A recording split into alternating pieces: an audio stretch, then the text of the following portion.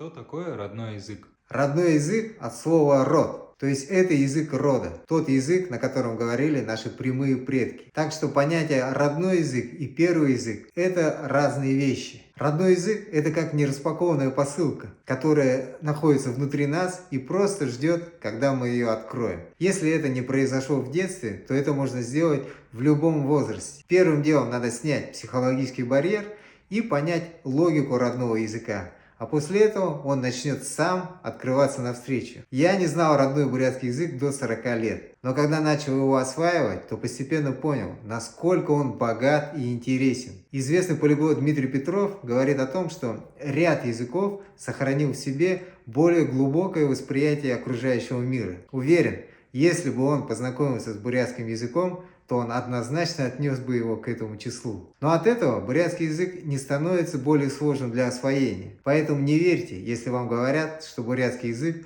можно освоить только с детства или оказавшись в языковой среде. На самом деле это далеко не так. Смотрите нас на Бурят Холон Logic, и вы обязательно в этом убедитесь сами.